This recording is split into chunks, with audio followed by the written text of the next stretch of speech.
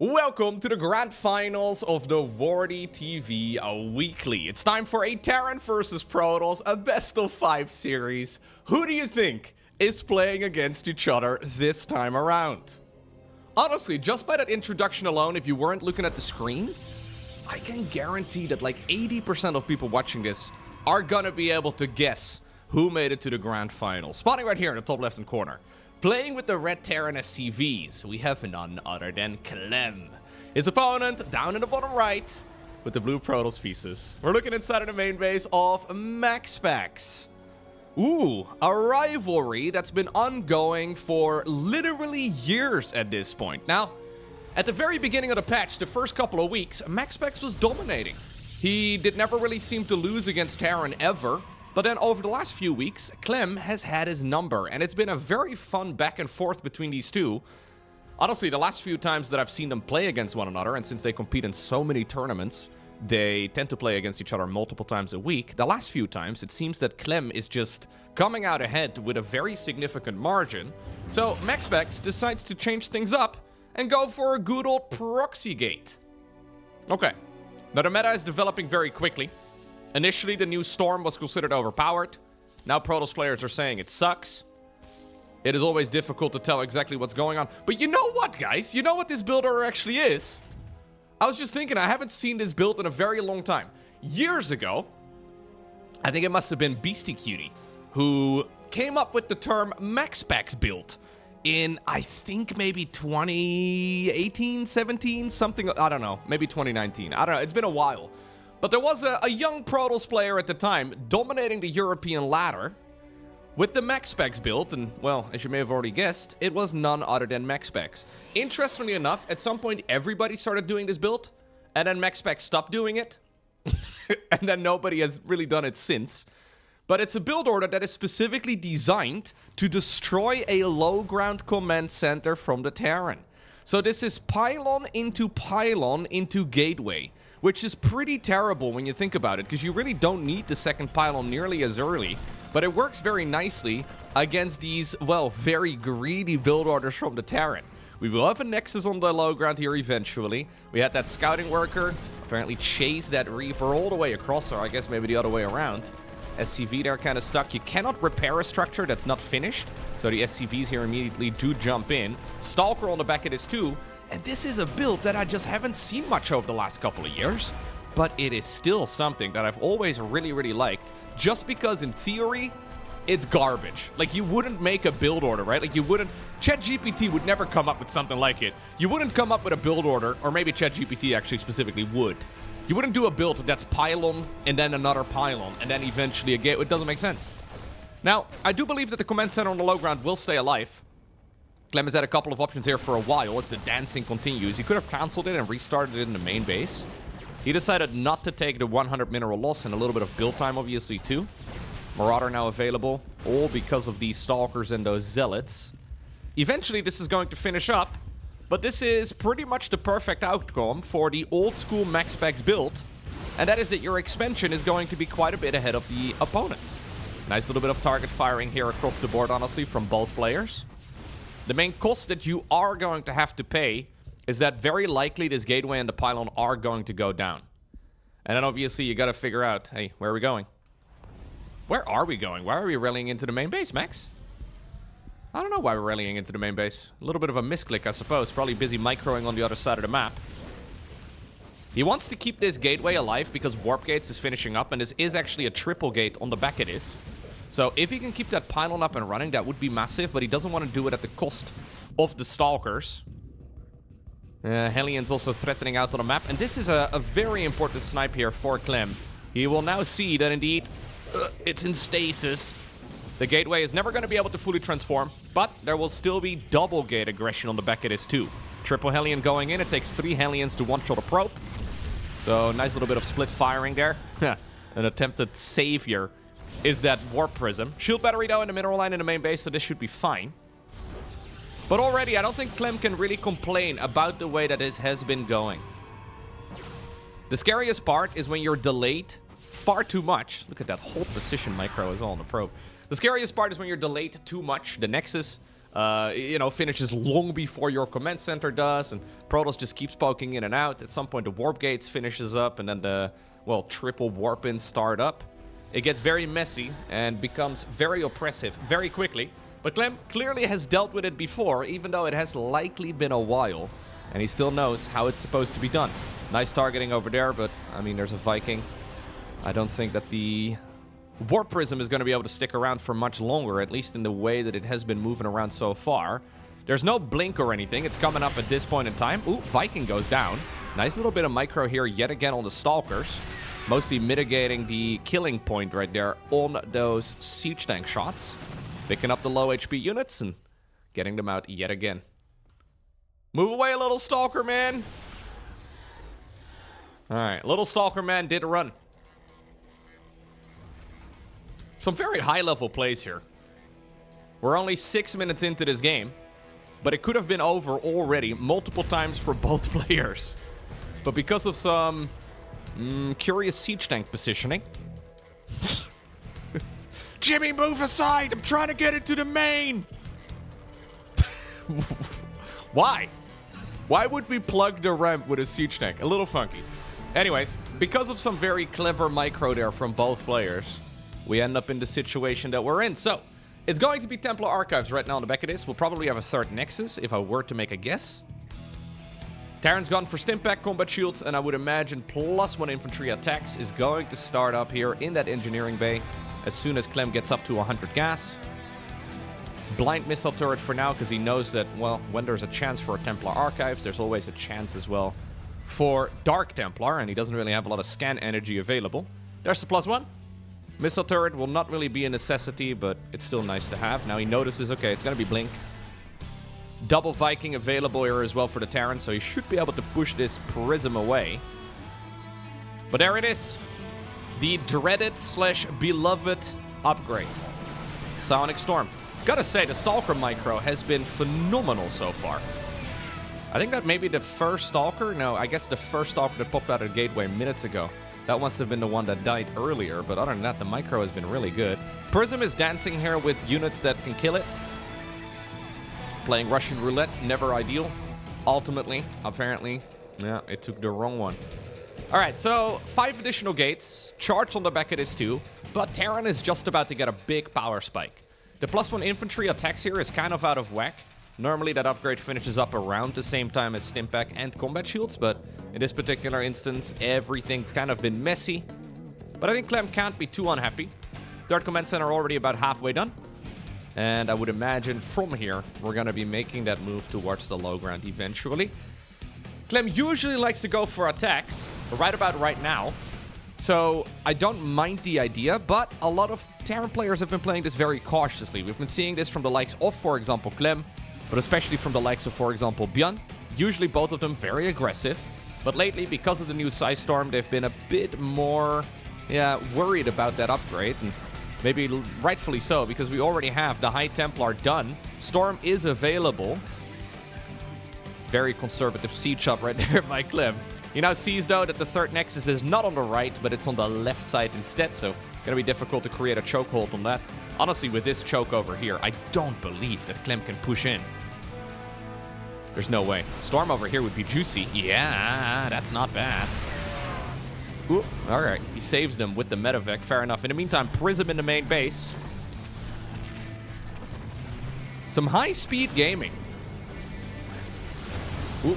Oh, he's being so aggressive with the Templar. Zealots in the meantime, though, are putting in some work. 7 SCVs have already died. Eventually, the Zealots are going to pay the price, too. Where are those Vikings from earlier? The Vikings were on the other side of the map. Another decent Storm over there. Clem not paying attention for just a moment. And that is now going to allow the Zealots and the Immortal to close the distance to the siege tanks. Was that really a good fight, though, for MaxPax in the end? Right, so he cleans up the scariest part of the Terran army, but it cost him all of the High Templar and the Immortal. Terran's still going to be able to get the third base going up and running pretty easily. I don't think I mind that fight all too much there for Clem, despite the fact that he was dancing in the Storm for a little too long. Okay. Okay. So, We've had a nice tug of war so far. Both players desperately trying to end the opponent as quickly as they can. But this is the beauty of StarCraft when you have very good players. It oftentimes does not happen. I like the army composition better here for MaxPax, but I like the size of the army better here for Clem. And oftentimes the numbers advantage is what you're looking for. Positional advantage, of course, is also big, though. We have a Robo Bay coming up. We'll probably go into some Colossi here in a moment. We don't mind trying its best. EMP is right there on the ramp. He knows where the Templar are currently located. They're all now moving up towards the high ground. Storm. Ooh, decent one, but not amazing. Yet again, we have the Zealots going into the natural expansion this time. 9 SCVs die again. Oh, Scouting Immortal. Protoss players love Scouting Immortals, man. How many Scouting Immortals have I mentioned over the last week? So what happens, to clarify, is that they set up a rally point from the Robo facility for an observer, or for example a warp prism, and then they forget resetting the rally point. It's a very clumsy mistake. A very silly mistake too at this level, right? But it's one that's just like such an easy oversight. It's a bit embarrassing. Look, this is what was supposed to be coming out of that gate, or out of that Robo, but instead it was an Immortal. Well, the observer gets in position here eventually. So second Robo and Colossus production. So we go from Storm really rapidly here into a ranged Colossus, which I find quite interesting. Again, initially, so the patch is only about maybe a month and a half or so at this point old. Initially, players were going either High Templar or Colossi. But now we have MaxPax going both, which I guess in theory is nice. But the reality is that it's... Ooh, Prism. Nice snipe there by Clem. The reality is that you can't really afford both. At least that's what I'm assuming. We'll see how this works out. Clem actually saving a bunch of the SCVs there as well inside of the command center. Always nice. Alright. Shield battery, photon cannon, all the rest of it coming up. Here's the double big boys. Viking production, though, has already begun, and we have a double starport. Keep in mind that with the new patch, right, this is still one of the changes that I'm kind of scratching my head at. I really don't know who asked for it, but with the latest balance patch, they have made Vikings slightly cheaper. I don't know why. I've been asking this question for a long time. Nobody has been able to give me an answer as to what strategy was so oppressive that Vikings needed a buff. I don't know. I'm not sure. It makes no sense to me. It's the same. Why did the... Like, the Ghost got a supply reduction, okay, but why did we have to buff their HP? I don't know. There's no reason then to make them light if we're also going to increase their hit points. Now they don't die to disruptors anymore in one hit. Like, there's a couple of changes on the new patch. I feel like pretty much all of them are Terran. There's somebody on the Balance Council, and I don't know who this is, but I can make a guess. I'm not going to name anybody, though. There's somebody on the Balance Council, a Terran lobbyist, if I can say so, who's really good. Post your comment, post your guesses down below in the comment section. Who do you think it is? Who's the Terran lobbyist? I don't know, because I feel like every patch there's been like a change that everybody's kind of like, whatever. But combined, it all adds up. It's the same with like years ago when the Balance Council was first introduced, when they made the Liberator cheaper. It's the same thing as well when they made the Armory cheaper. Like the Armory became 50 gas cheaper. Why? Who like, I don't know. It's one of the many questions I ask, and one of the many answers I have never had. I will say that Protoss players suck at lobbying, dude. Like, if Terran can get a cost reduction on the Armory, I think Protoss could have had a Fleet Beacon cost reduction years ago. I think Protoss players might just be too agreeable. Yeah, that's probably it. It's the high testosterone of the Terrans. Anyways, let's see. Do we have enough right now, though, for Clem? He's fighting into a choke point against both Colossi as well as Storm. But there's a lot of Vikings up in the air.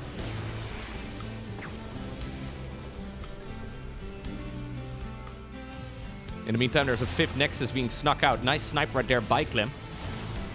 Storming your own Zealots is a curious move. I don't like this move here, Max. Okay, he decides to just force his way through the choke point.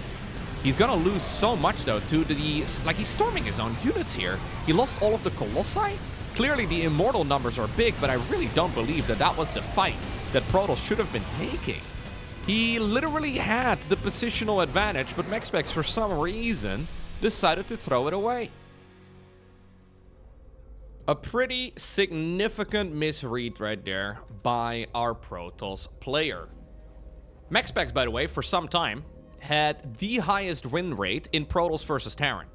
But guess who currently holds that record? Who do you think has the best PvT win rate in 2025, in the month of October? That's what the stats are from. It's this man. It's Clem. Clem's PvT is currently considered to be the very best in the world. Which is kind of funny because on the second channel, on More Loco, in case you're unfamiliar, I have a second YouTube channel too. That's youtube.com/moreloko. Either way, I posted a video going over the balance report for October 2025. And the stats are a little bit confusing, partially due to the fact that Clem is off-racing a lot. So if you look at the TVP current win-loss ratio, considering Clem is mainly a Terran player, but he also plays a ton of Protoss against Terran, he's making those statistics very strange. Like, in a way, a lot of players use the balance statistics, right, as a way to argue balance. But in a way, with Clem being the best PvT player in the world, he is not really arguing very much in favor of Terran there. It makes the entire statistic a little bit confusing. Anyway, no proxy gateway this time around. And I really wonder if maybe we should have skipped the Colossi in the previous game here as MaxPax. Maybe just stuck around with some more high Templar instead. Maybe he had a misread, not just on the fight though, but on the game in general. Maybe it felt to him like he was supposed to win with like the first proxy gate, and it never really worked out all too much, and he decided to go and just keep on pushing and be relatively greedy with his follow-ups, and suddenly you find yourself deep into a macro game. I think we've all experienced that while playing StarCraft, that you believe you're dead at like minute 3, but somehow the game lasts for another half hour, and you've kind of believed that you've been dead ever since the very start. And then you make a silly mistake and you still lose. But I really don't think that game was as desperate as MaxPax was making it look like, although, yeah, we were like one good EMP away from Clem being able to break that choke. Either way, I'm wondering here if we're gonna be going into some good old aggression yet again. I do kind of like the MaxPax opener though, the one that we saw in the previous match. It's really fun. The hyper-aggressive strats. Reaper not yet going into the main base. He's a little bit afraid for the timing at which the adept pops out. Obviously, Terrans will be very familiar with the timing of the first gateway unit, the second gateway unit, the third gateway unit too. Trying to play a little bit of a cheeky game here. He wants to know what he's playing against, right? So it's kind of important here to figure out whether or not you're playing against Stargate or Twilight Council, or at the very least get an idea of roughly what it is the opponent is going for. Interestingly enough, Clem doesn't even want to check. He could have checked multiple times already, but apparently he's not too concerned, and maybe he's right. Well, probably he's right. How frequently do we see MaxPax going for a Stargate opener anyway? Nice micro here by Clem yet again. It's going to be good old Blinky, boys.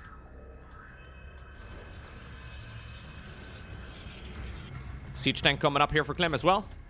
No surprise there. And we'll probably see a transition here towards Stimpack, combat shields, and all the rest of it. A robo facility coming up here for Max as well, so he will be making that transition towards a warp gate. Or a warp gate, a warp prism here in just a moment, more than likely. Alternatively, he could go straight into Colossi this time. That's something we've been seeing quite a lot from Hero. But I doubt it. This should be a prism into an observer. Raven now coming up here for Clem. I always like Raven builds, especially when you're going up against a gateway opener. So, gateway builds in general, right? So, non-Stargate based starts. Ravens can just put in so much supplemental damage throughout a game. But I've always liked Ravens. Except during that period when they had the Hunter-Seeker missile. Remember that period? They used to have a missile that they could shoot, and it was an energy-based thing only. And it would kill everything that it touched in an area of effect. So this was something that was... You could basically turtle up as a Terran player and just make like literally 50 ravens and then just blast your opponent's army apart. It also had a thing called Point Defense Drone. Honestly, this may be one of the most adjusted units in StarCraft 2 over the 15 years. It had the Hunter-Seeker missile instead of the anti-armor missile. And it also, of course, had that Point Defense Drone, which is just entirely confusing. That's an ability that really never really made a ton of sense to me in the first place. It could basically intercept ranged attacks. Here's the Raven going in, though, for its first little foray into the Protoss base. And looks like it's only going to get one single kill and a little bit of lost mining time as well. This is, by the way, a very quick third base here from MaxPax. So Max only just now adding on the additional gates. Meaning that normally you take this third Nexus off of 3 gateways. MaxPax did it off of 2. Cutting a small corner there. But he's basically saying, okay, I am not going to be the aggressor at all. Which is why we've gone double Observer as well, rather than the Prism here early on. Okay. So both players basically settling in to a macro game.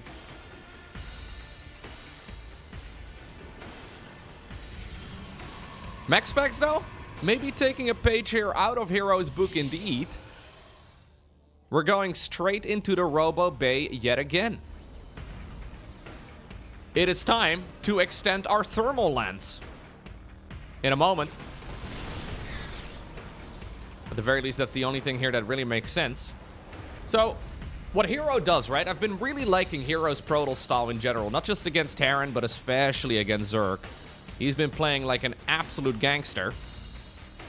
But it seems to me that Hero chooses either Storm or Robo. And then when he chooses one of the two, he just goes like all in with it. Now, the Raven ended up detecting an Observer there. Good bit of damage done as well here by Max, but yeah, the Raven ended up going down. That's nice, I suppose, but gotta be careful with the Stalkers. Are we not gonna extend our lance? Ah, we are. All right, you don't have to ask that twice. No, okay, we were a little bit late. But it's time to have an extended lance when you're a Protoss player. Otherwise, you may as well not make the Colossus, you know? Okay. So they are going to be coming out here in just a moment. Sorry, buddy. There's no room in the private jet for you. The Prism is all full. So you get to YOLO in here and die immediately. Yeah, sad days. Although, to be fair, the average lifespan of a Zealot is really not that great. Honestly, if you're born a StarCraft 2 unit in a pro game, I don't know what your average lifespan would be, but it's measured in, like, probably seconds, to be fair.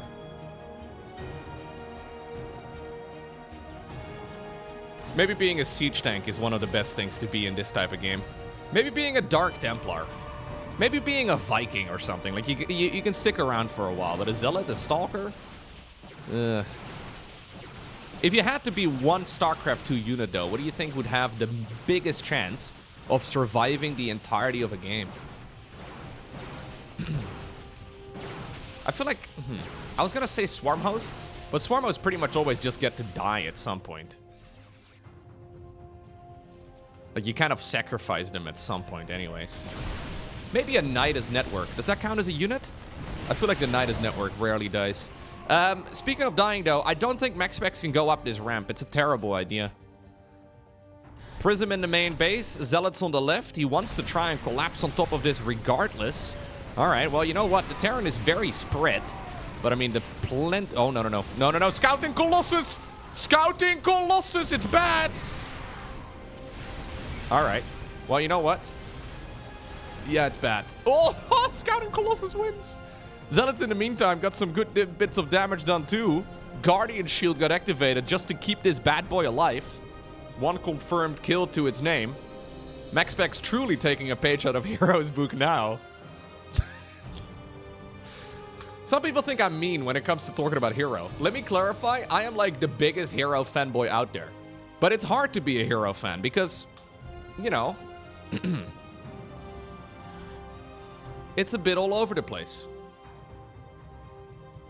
The Viking numbers, though, are low. We're only at 4 Vikings. Prism is going to go into the main base again. Zealots are going to be running by into the 3rd mineral line yet again. There is Zeratul running in too. Slicing them up. There go the Zealots, trying to go after whatever they can hit. Prism in the main base, though, got denied. Nice move right there by Clem. And Clem, so far, is defending like an absolute monster. Yeah, he's taking a bit of damage, but very negligible. Look at the mineral losses. 3,000 minerals more lost on the side of the Protoss. Now, obviously, MaxPax has got a lot of mining. He's up to 87 workers. But Clem's general game plan here is to max out and then go. Max against MaxPax. Max against Pax. Who wins? I am a fan of this playstyle, though, here for MaxPax. It's very hero-esque. You just play full gateway style. You become the gateway man.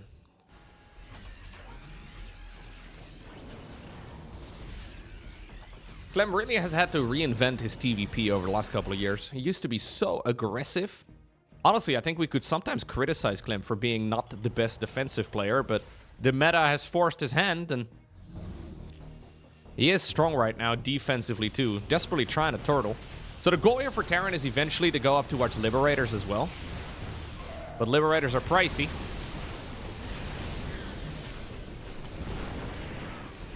Prism in the main base yet again. And what you're really looking for here as the Protoss player is just chaos and then hopefully a ton of SCV losses. I really like the addition of the Dark Templar here.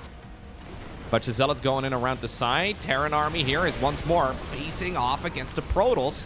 And maybe MaxPax has finally been able to outmaneuver his opponent. Chaos indeed is working out in his favor. We used to sit only on like 3 Colossi at most. MaxPax here has been making a whole lot more than that. Being very aggressive with him too, but this is an overextension. I think that this is an overextension right here by the Protoss player. Yep, that's all of the robo units going down, and with it, basically the entirety of the force to boot. What MaxPax did achieve was some SCV damage. So we're up to 22 kills in total, and obviously Terran is kind of stuck on 4 bases here, but that was extremely pricey. MaxPax is going to have to start producing a little bit more again. I don't think he can really afford, though, being that frivolous with his spending and his unit, well, dumping there. Nice plays there by Clem. But notice how Clem is still chilling, right? The Clem of old, the Clem of a few years ago, would already be going across the map right now to try and win the game. But this is a Terran player who's been stormed to death one too many times. Yep. We're doing the Beyond solution. Went ahead, get more ahead. We're going into more command centers, and MaxPax is saying, yo, don't mind if I do. He's taking as many bases as he can possibly afford. Jimmy is scouting, but he's gonna be dead. Rough way to go, to be honest. Died to a guy with sword for arms, but that's unlucky, I guess. Alright. So despite the fact that the fightings have, like the fights in general have been going really well right now for MaxPax. Or, sorry. Complete polar opposite of what I just said. The fights have been going phenomenally well right here for Clem. Economically speaking, he's not in a bad spot, but he needs to be careful that he does not get overwhelmed. It's so easy to mess up. Denying a 5th, though, is critical here for the Protoss. And Clem is going to be able to, it looks like, get that 5th base up and running with a planetary fortress.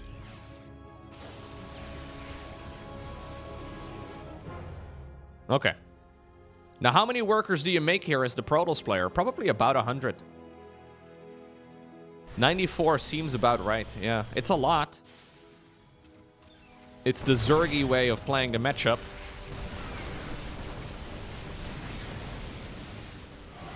Clem unable to really spend that much supply on his economy.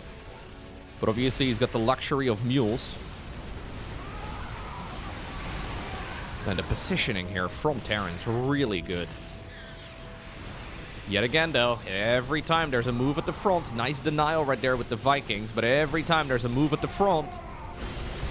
Ooh, Orbital does go down. The Zealots also do go into the back of the main there. Clem's been doing a good job cleaning all of it up. New command centers coming up right now on the right side.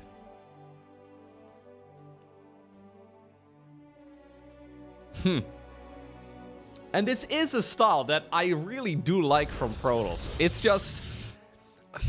I like it, but it always kind of feels like one of your big win conditions is that the Terran messes up badly. Now, there's a lot of opportunities for Terrans to mess up, because this is a really difficult style to play against. But in my mind, and maybe I'm wrong, but in my mind, if Terran does everything well, it is going to be nearly impossible for them to lose. But, obviously, there are so many little things that you have to take into consideration. The multitasking is nuts. Clem so far, though, navigating the maze very nicely. Loads of command centers are finishing up. The slow transition towards Liberators is starting as well. Fusion core is done. We should see the range, then also the advanced ballistics rather, and then also the Caduceus reactor. So that's the Liberator ranged plus the medevac energy regen.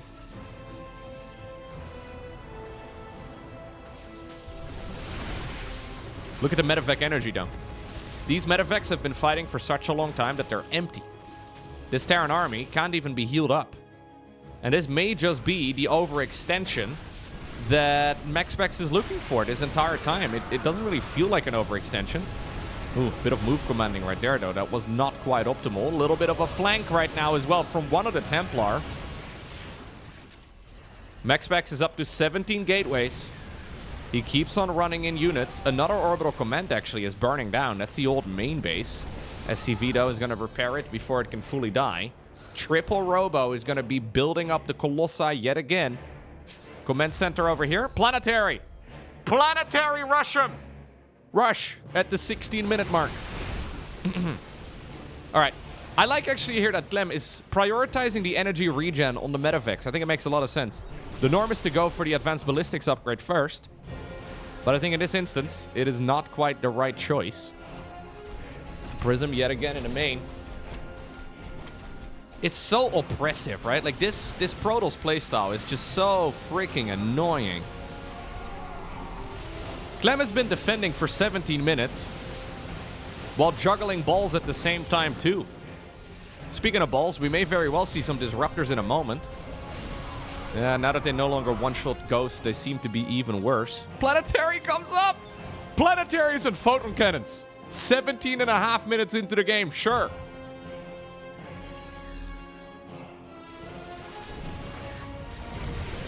Yeah, this is a high-pressure game. 447 APM on average here. Zealots going in, really trying to deny the planetary fortress rush. Quote-unquote. And maybe MaxPax is going to be able to break through this. Look at Clem's worker count right now. It's been reduced, right? Like, not in, like, one big fight, but over the course of the last 15 minutes. The storms right now... Oh, this feels like desperation. There's a reeks of desperation right here by Clem. Similar to the fight that we saw from Protoss in the previous game. Clem decided that he was done. And I don't believe that that was the right call. Maybe... But Protoss can remax so freaking fast. When you have 17 gateways, I mean, you're like a warpin and a half away from remaxing. New Colossi come up. Look at the income here as well from Protoss, by the way. 3.7k minerals a minute. 94 probes. Zealots going in on the right. Orbital command right over here as well. That one's nice, I suppose. You can storm the SCVs from the back. Yeah. Feels rude. It's pretty good, though. And Clem's worker count is, yeah, very small now compared to where it was a while ago. So, MaxPax has lost every fight, but I think he's winning the war. Like, none of these fights have been cost-effective at all. It's been bloody. It's been messy. But I believe that there is enough right here for our Danish player. Clemdo not going down without a fight, but immediately, right, while these games are going on, while these engagements are going on, we have new Zealots, new Dark Templar, and everything else being warped in. I love the addition of the DTs here. The DT damage output is just ridiculous. So if you're not paying attention, and it's really easy for one of those to slip your attention because there's just so much movement all over the map. Prism yet again goes around the side. Obviously, there's a speed upgrade as well on that Prism. You just can't keep track of everything. And we then also have to look at little tiny blurs and scan and make sure your army is in position for it. And, you know, if you're not in position, you need to scan again. It gets so messy so quickly. I feel like, in theory, the Dark Templar aren't that great. But the reality is that you're limited by APM, which for Clem is at 450, which is like 9 buttons a second. But it's, you know, it's still a limitation. It's still a bottleneck, and that's the bottleneck that MaxPax is playing around here. Now, yet again, though, the positioning here from the Terran army is awesome. The Concave will still beat the Convex. But MaxPax's Convex is getting out of control. The resources lost are really good for Terran. But the income is just not able to really withstand all of this. Well, what Clem is getting going right now, though, is Liberators. If Clem can max out, this is still a playable game. There's always the chance right now to stop, for example, replacing most of the workers lost and go for full army instead and try to build up the bulldozer force, right? Where you just send in one attack to try and win every fight and then immediately capitalize on it. MaxPax's bank is big, but it's like 25 zealots big, right? It's not gigantic. Like, it's nothing compared to, like, Cyril's bank account, you know? Like, it's you know, it's there, but... Ooh, this type of fight over here, though, I don't think is quite ideal, though the Liberator's showing up. It's very nice. Bunch of Zealots in the main, still slicing and dicing things up. More and more Zealots get warped in as well. Yeah, the control sort of comes back to Terran when you get the Liberator numbers up. But so far, MaxPax has been prioritizing sniping them in the main engagements. He's trying to get another one. There we go. And we will go for a Stargate. Okay. I guess the idea is to eventually go into a fleet beacon. Maybe get some Tempest production underway as well. There's a little bit of irony, by the way, in the fact that this Terran player has been playing a lot of Protoss, and now this Protoss player is basically playing Zerg. Just doing it with Protoss units. A great back and forth, though. Ridiculously evenly matched. Oh, look at this. We have one little Dark Templar slicing up whatever it can. Blinking as well after the units. Very bold. Yeah, the Liberators are becoming quite oppressive, so I don't disagree with MaxPax. He's been in a situation before where he seems to be on the cusp of winning, but then needs to tap out. So we're going into a fleet beacon and triple Stargate now. He doesn't have a ton of gas, but honestly, just a handful of Tempest is going to be very handy. +1 as well coming up here for the air units. But honestly, impressive defense here from Clem, who is still building up the command center count, by the way. Under this much pressure, he's still adding on more orbitals. We're going to be up to, I think, 6. Maybe this one is going to be placed in the bottom right-hand corner if he can get over here. Another Liberator is going to bite the dust. MaxPax now in the weird position where he can't actually make Tempests. Ooh, that Storm is quite juicy. Wait, did he just... He started up another Dark Shrine. MaxPax, why are we building a new Dark Shrine in the far bottom right? Alright, base over here, clearly in panic, right? Base over here is going to get denied, and an Orbital Command or Planetary Fortress is going to be set up there. The Zealots now have been locked out of the main base. Tempest production begins, but this does shift the game's tempo a lot. I don't know if MaxPax can keep his foot on the gas in the way that he has been playing lately, whilst transitioning to Tempests. That's a Dark Shrine down the drain. They are not cheap. And gas-wise, MaxPax is kind of broke. It's a weird thing to say, but he really doesn't have a whole lot of it. He's mostly been making Zealots, not really prioritizing mining, so I think the Vespian gas geysers that he just took will have a lot of longevity still in them. Well, these over here are running out. I mean, if Clem can win this, Clem, I thought he was dead 10 minutes ago. I'll be honest with you. I thought he was in a world of trouble at the very least. Now his army, though, is looking really good. He's got a fresh base in the bottom right. Is this an overextension by Terran? No, it doesn't look like it. Oh my god, he's gonna get on top of the production. This is where the Stargates are being born. He's chasing the Colossi for now. That's another Disruptor, or another Colossus rather, falling too. The fact that the Stargates are over at this side of the, this is not the ideal position, I suppose, but rarely would it be relevant. Oh no, I think Clem has just done it. No way. GG.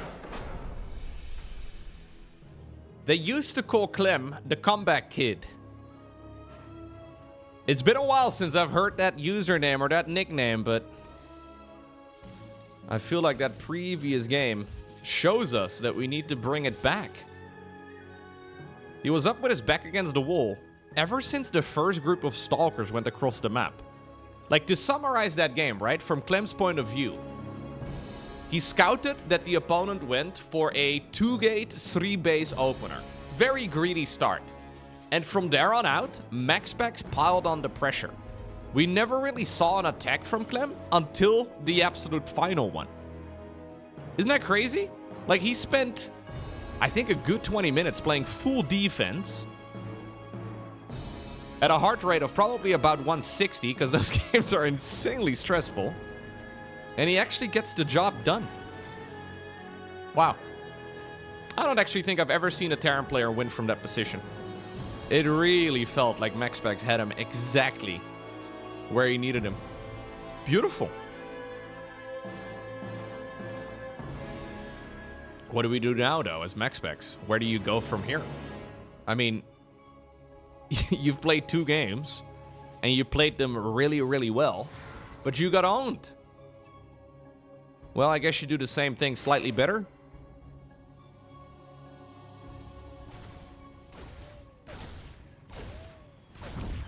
First Reaper goes in.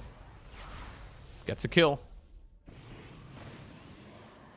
So the game plan right there from MaxPax was to win with sheer amounts of stuff, right? Just throw stuff at the opponent. Kind of like a Hydraling Bane type of army, right? Just throw a load of things at your opponent and hope, maybe pray that at some point things go terribly wrong for Terran. And honestly, they kind of did. Like, the defense there from Clem was not perfect. He lost more SCVs. Ooh, getting a mule would be nice. Doesn't get it. He lost more SCVs there than he really wanted to, I'm sure.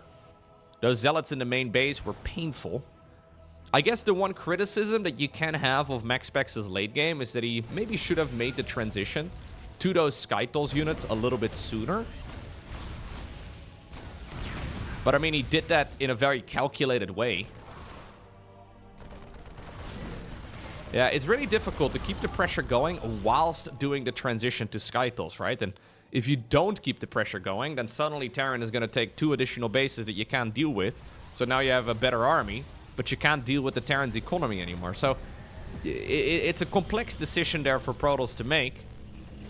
Plus, it's really fun to just warp in a stupid amount of Zealots and Stalkers and just send them in. You can get tunnel vision, though, with that playstyle quite easily. And I think MaxPax maybe should have made the transition to Skytles a little faster. Alright, Robo Facility yet again. Prism this time around is going to be the first thing. This is a triple gate start, though, for MaxPax here. So rather than what we saw in the previous game, we have 1 additional gate. A good old Widow Mine drop. It is going to do nothing. Watch this. Yeah. A little bit of lost mining time. Oh, you know what? Getting a Stalker? Not terrible. A lot of lost mining time, actually, in the end. Yoink. But only for a very short amount of time there. As far as the big picture of the game goes. But it's always nice to see the little peak in favor of Terran. So triple gate is the norm. So what MaxPax did in the previous game was the greedy variant of the norm. We'll probably see a third Nexus right about right now on the back of this, but here goes the Prism. Siege tank already in a good spot. We'll probably get a little bit of damage done. Okay, getting a medevac is big. Losing medevacs here is really quite annoying. Double bunker, by the way, in the natural expansion. A lot of respect, making it difficult for Stalkers to blink around the site as well. Clem would really like to go into Stimpack and combat shields and all the rest of it right now. But he needs to get rid of these Stalkers at his front door first. No one does this build better, by the way, than MaxPax, I don't think. Is micro with Stalkers is just so nice. Raven is going to be a detector, but not quite enough. Viking on the ground. If the Viking was lifted, I think the Observer would have died. Okay. Templar Archives. It's going to be MaxPax's next step. So we're going back to the good old Storm. Prism going in around the site. Hunting for more SCVs. Out of range, of course, of that siege tank as much as possible. Bruising a few SCVs, but not really killing anything. Blink into the main base too. He has an observer, but he sees the siege tanks. Yeah, he wanted to, but it's not going to happen. There's Storm starting up. A load of additional gateways. We have the Forge. Yeah, and Clem, maybe this is not his preferred playstyle, right? But he is doing what the meta calls for. Terran used to be the aggressor. But now with all of the changes over the years, Terran has turned into a bit of a punching bag. And I find it very impressive how Clem is able to play this variety. Very frequently in the history of StarCraft do we get players that are really good at one thing. So either they're really good at macro, or they're really good at micro, or they're really good in aggressive metas, or they're really good at cheesing, or but Clem seems to be capable of doing a little bit of everything. And he's doing all of it at the absolute highest level.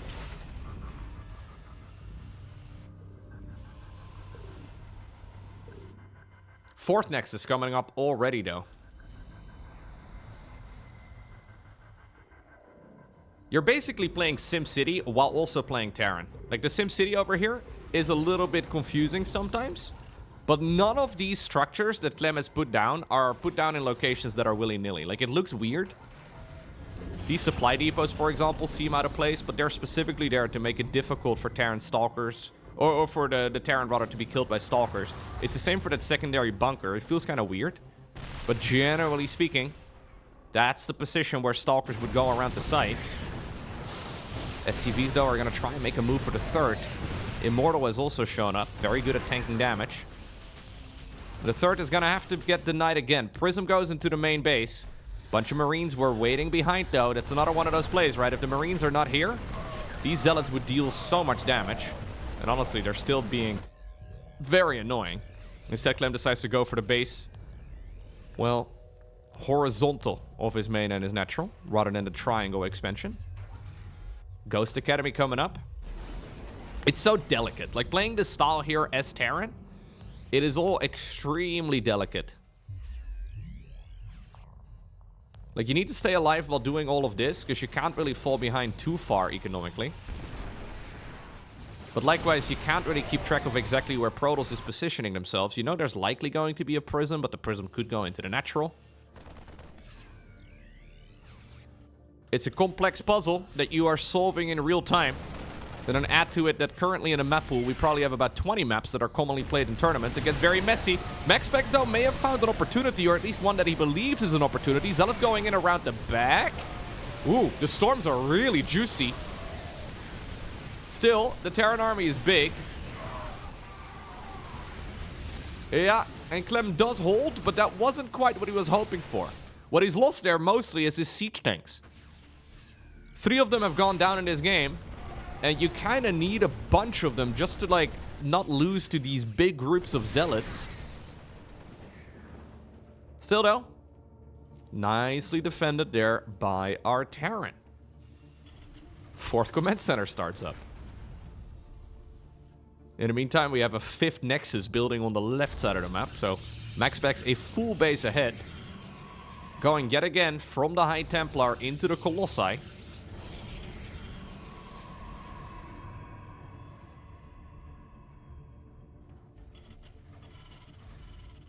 Clem, though, Still busy working against the Zealots.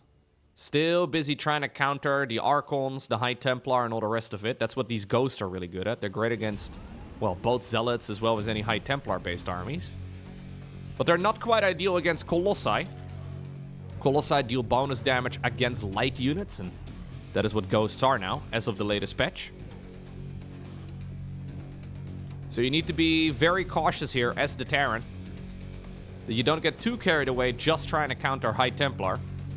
But you also do indeed slowly start sprinkling in some of these Vikings. But then the balancing act, of course, becomes how do you decide if you want to make Vikings or if you want to make Medivacs. Without Medivacs, you can't really play this bio army either. You can't, well, possibly go for drops. But you also don't want to have 20 Vikings on the off chance that your opponent is not going into Colossi. You don't want to make 20 Vikings just to kill a Prism.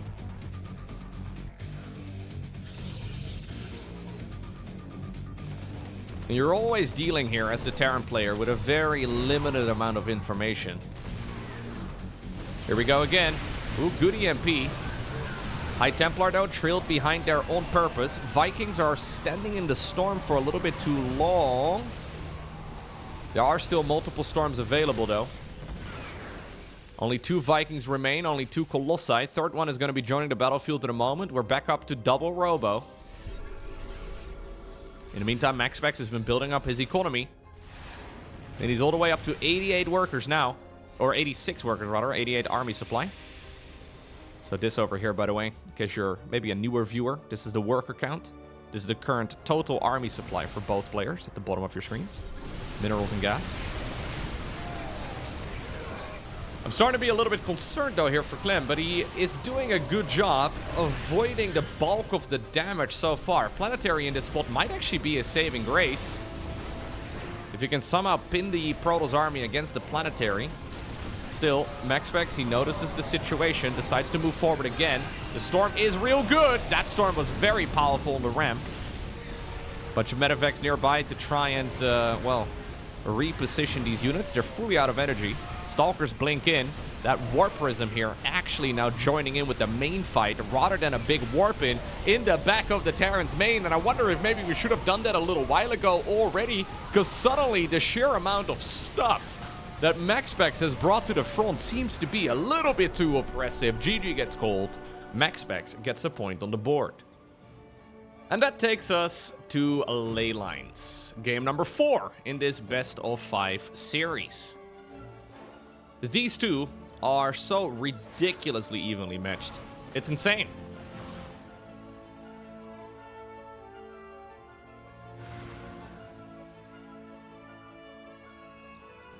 How do you even get to this level?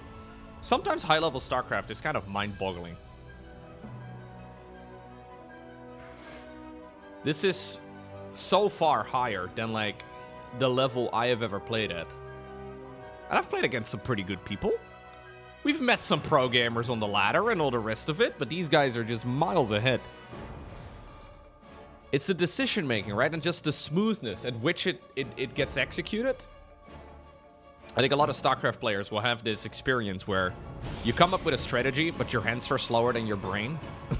So you try to execute, but then you realize that your hands are just not able to keep up. It always feels to me that at this level, the players are able to keep everything in sync very nicely. Maybe your brain is also slow. Yeah, that's unlucky. Hey, we are going to go into a bit of a different build, though, this time around. We will be going into the good old Phoenix. So, Phoenix into Charge Slot into Storm, or Phoenix into Colossus will most likely be the name of the game. MaxPax actually walling himself off.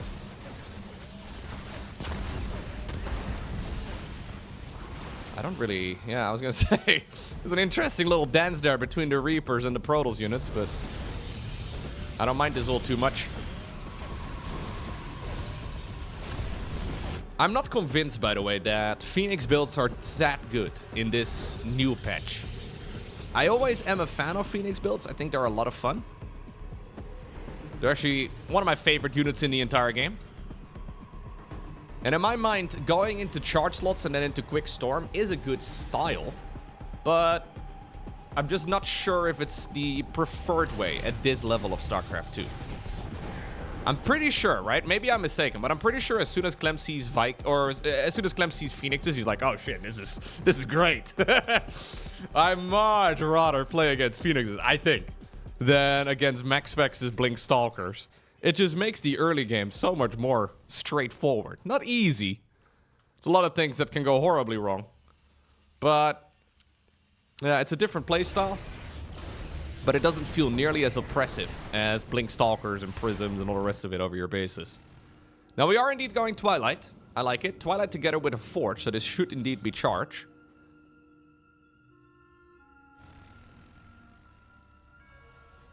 The nice thing about Phoenixes, of course, is that they can just lift up and disable a lot of units. Usually, Phoenixes are really good at drawing the game out.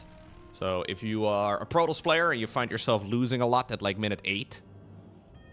maybe minutes 6 to 12 or so. Phoenixes are usually very good at keeping you alive through that phase of the game, assuming you actually control them nicely. That's a big if. So if you mostly win the late game, but you mostly lose the mid game, maybe considering playing Phoenixes is a right idea, but it's still difficult, right? It's still very finicky. And so far, I mean, Clem clearly has been a fan of playing the late game. Not really intending on winning in the mid game at all. So maybe that's one of the reasons as why, or why this strategy has fallen off a little bit. Okay. Third Nexus. Third Command Center. Stimpack, +1. Combat Shields will likely be coming up in a moment in one of these, yep, this one right over here, one of these add-ons. Getting the extra HP for the Marines is real nice. There it is. Okay. Hey, looks like we finally got in. Don't believe, though, it's going to do that much damage, but it's still going to be a bit annoying. Yeah, 4 probes, not bad. Let's make it 6. 7. 8, 9. All right. 10. You know what? I didn't think that was going to do nearly as much as it actually ended up doing. That's crazy. MaxPax was doing such a good job keeping all of it going. And honestly, it looked like just a very small group of units, but, well, now suddenly this Phoenix opener is not looking nearly as spicy. Now suddenly Protoss is just straight up on the back foot. Still, you have charge, you have storm. There's not a whole lot that Terran can do to fight at this point in time. Not until at least +1 Stimpack and Combat Shields are all done. The guy in the missile turret has been called to duty again too. Ooh, Zealot's thinking about going in. Okay. Storm. Ooh, pretty good one. Okay. Storm in the same location. Storm does not stack. It just resets the duration, I suppose, but...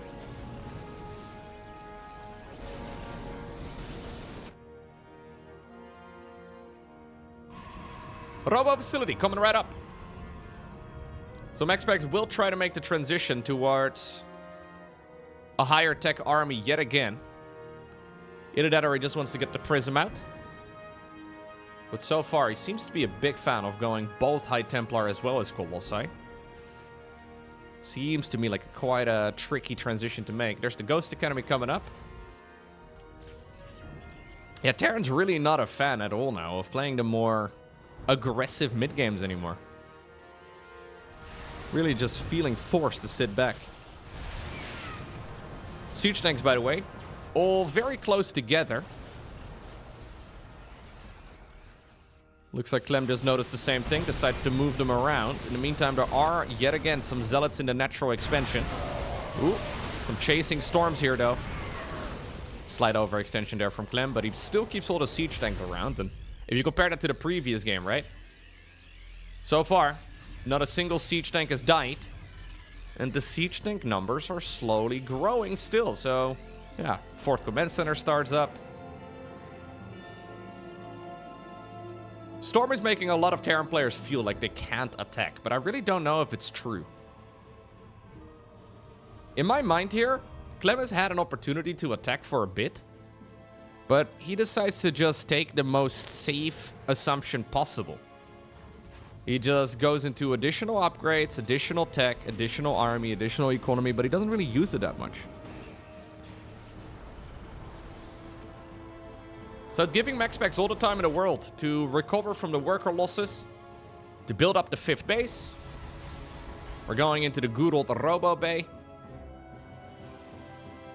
So I'm fully ready to see the thermal lances extend yet again. But then again, aren't we all? +2. +2.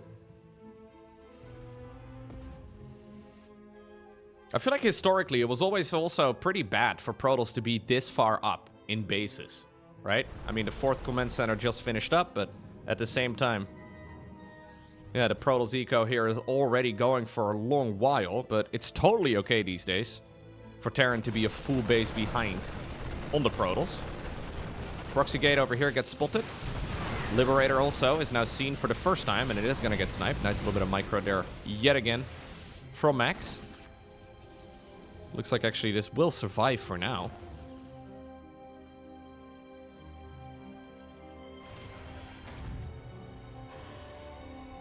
Okay. Double Colossus hitting the battlefield. And MaxPax's army is looking pretty good. It looks like we are shifting gears a little bit though. So in the previous games, he was a big fan of the low gas income and the very fast expansions in favor of quick minerals. He still has a good number of workers, but not quite as many as in the previous games. And rather than sitting on like 4 gases in total, he's gone straight to 8 here. So this is more of like a high-tech, yeah, high bulldoze type of army. We're going 2nd Stargate, Fleet Beacon at this point in time. He's extending the thermal lens. He's getting a load of upgrades. This is going to be 2 very high-tech armies fighting against each other. Now, both players are approaching maxed out, so we'll likely see an engagement between them before too long.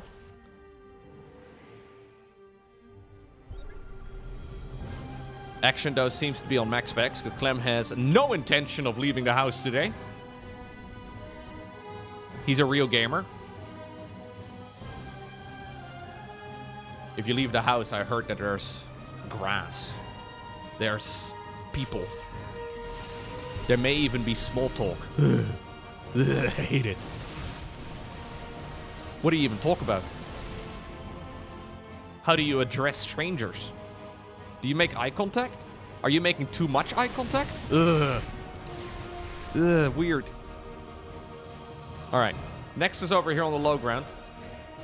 And we are building, indeed, 4 additional command centers.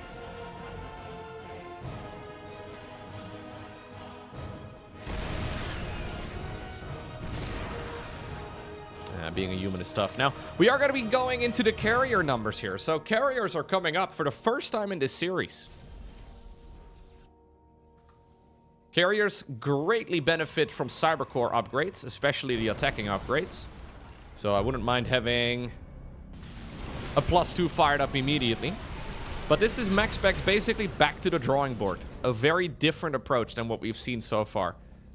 Obviously, if you look at just the fights here, it may look very similar for Clem. Research.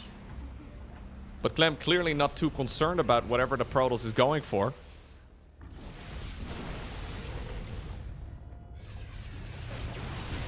He's already going into the Liberator production. He's just building up some additional Vikings and all the rest of it. But against this type of Protoss army, you want to go very Viking heavy.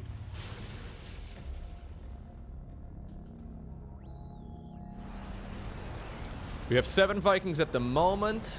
We have 3 starports, though. I really like that he actually adds on the extra starport really fast. It's very common to have 2 at this point. Yeah, he's already got the 3rd one right over here. I like that. Carriers will have to be revealed. At least if he wants to keep the bases alive. He wants to keep them hidden in the main, though.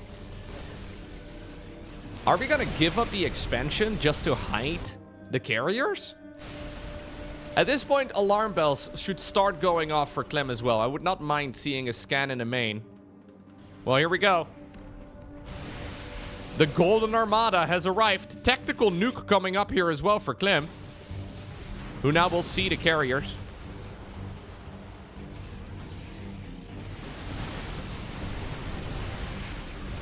Yeah, and this is a much scarier Protoss army. Although it is one of those armies that has a difficulty chasing. Yeah. Nice stutter step macro right there by Clem. In a straight up fight, when all the interceptors are deployed and we have a lot of energy and stuff, this is an army that's scary, but... missile turret numbers are growing at the front. Vikings are immediately coming out in big numbers.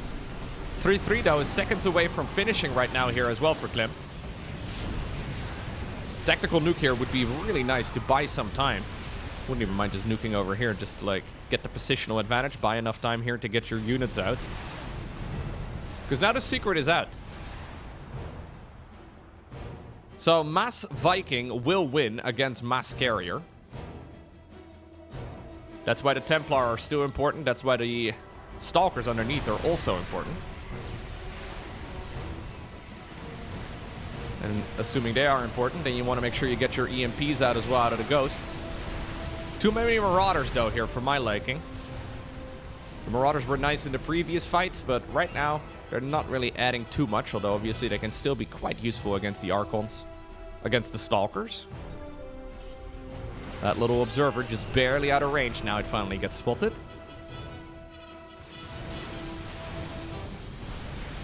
Yeah, and these are the type of games where the Viking cost reduction from the most recent patch is very significant. This is the type of game where the one supply reduction on the Ghost is extremely significant as well. This army used to cost Terran about 200 and... what is it? About 213 supply. Not the case. Not anymore.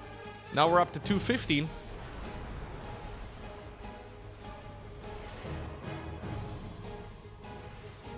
The Marauders, indeed, not really considered to be too useful. They are going to go in for a counterattack.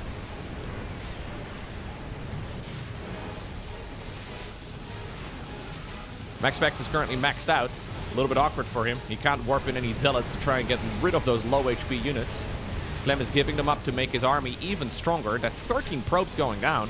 Now finally can we warp in a big group of zealots. But it looks like Clem is holding himself just fine at the front. Prism, or Medevacs rather, going to the main base. Storm on the low ground is nice, but already we had a lot of damage coming in. Tempests are coming. Carrier, though, is starting to put in some defensive work right now.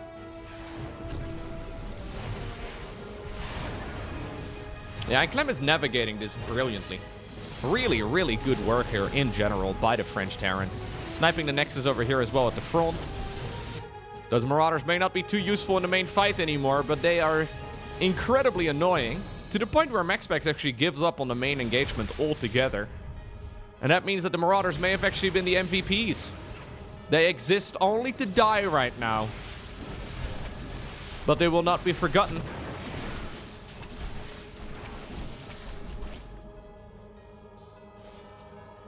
Okay. Slowly but surely, Clem is inching his way to a new base. Planetary up on the high ground. Missile turret ring around the minerals. MaxPax awkwardly moving around the map now. Really not finding much of an angle.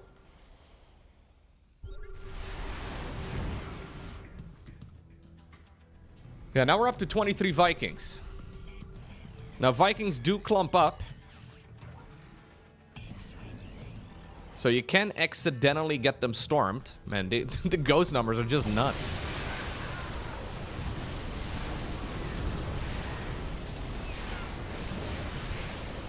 Yeah, I think this Terran army may just be too good. This may just not be a composition that's viable for Protoss anymore. Like, I'm looking at these armies, and I don't see a way in which Protoss could ever win this fight. Maybe I'm wrong. Maybe we're gonna see a Protoss victory here. Don't get me, like, we're one storm away from that being a disaster here for Terran, but it just looks like a Terran army that is way too freaking big. So we're up to 18 ghosts here with 2 more coming up. That used to cost 60 supply. Now it's 40.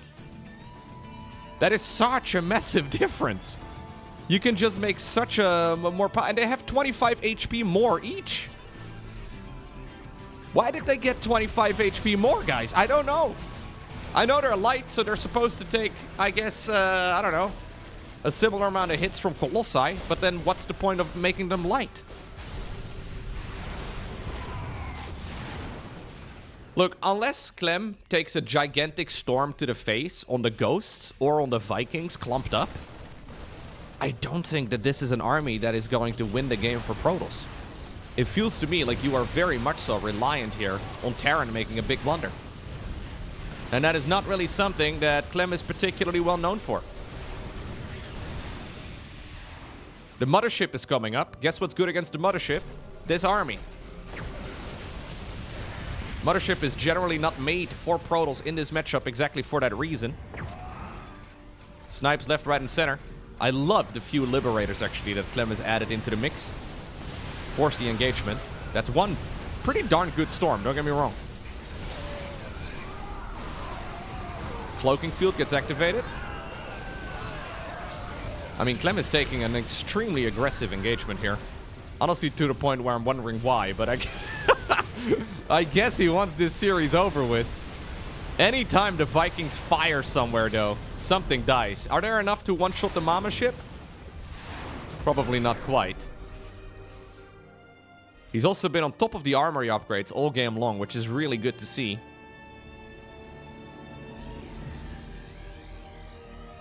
These are Vikings with a mission, and obviously they can get repaired.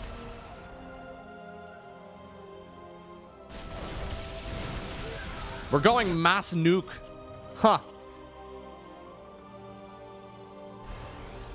The idea with mass nuke, I guess, is to tell your opponent to get out of the game. Without using swear words over the in-game chat. This is as close to swearing as you can get in StarCraft 2.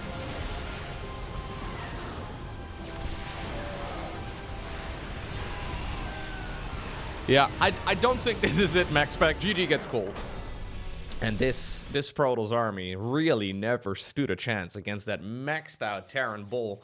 Brilliantly played by Clem, I gotta say. Obviously, this was very much so MaxPax's decision, who decided to go into, well, this unit composition rather than the ones that he played in the previous games. You can tell why maybe he was a little bit hesitant to make the SkyToss transition in previous games, but across the board, Clem played like an absolute god in this series. GG's.